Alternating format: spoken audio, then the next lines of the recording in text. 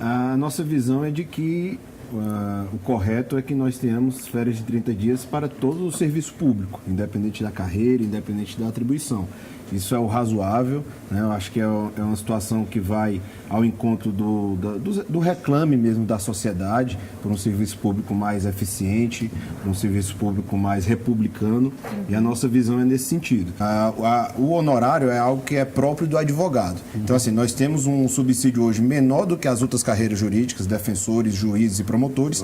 O subsídio mais honorário ainda fica muito abaixo dos salários dos juízes, dos promotores, de outras carreiras jurídicas. Então, assim, o que a gente tem é uma forma de remuneração que, no nosso entendimento, ela é moderna, ela se adequa a um serviço público de resultado. Até nós somos advogados. Então, o honorário é próprio da nossa atividade. Então, não seria possível a União utilizar esse dinheiro para outro fim que não fosse esse. E é pago pela parte contrária, servir de base para a reforma administrativa, para se criar formas de remuneração ligadas à produtividade, e não o contrário, né? O que nós temos hoje é um serviço público que não tem incentivo à produção. E os honorários, no caso da advocacia pública, e isso é um entendimento assim, de quem conhece por dentro, sabe que o impacto disso foi muito grande na carreira. Então eu acho que ele deve servir de exemplo para que outras carreiras também possam ter alguma forma de remuneração ligada à produtividade. As carreiras de Estado, elas precisam de alguma forma ser preservadas. Essa ideia que se teve da carreira ter esses níveis mais próximos é exatamente porque você tem uma horizontalidade de atribuição.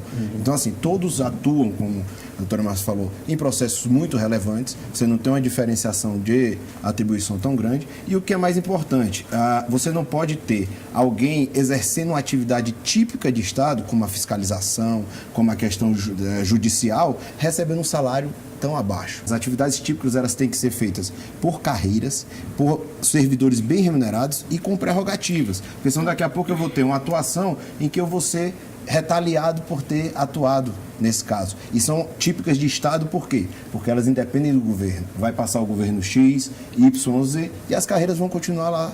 O que a gente quer é uma avaliação de desempenho objetiva, né? Por exemplo, hoje nós não podemos ter uma avaliação de desempenho simplesmente hierárquica, do superior no inferior. O que a gente vê nas grandes empresas, se você for procurar em Google ou Microsoft, você vê uma avaliação multidisciplinar. Você vai ver vários tipos de critérios que podem ser, inclusive, aproveitados para o serviço público. Então, assim, a gente quer uma avaliação de desempenho razoável. Eu acho que um salário digno, um salário razoável, ele é necessário pelas responsabilidades que você tem em determinadas carreiras.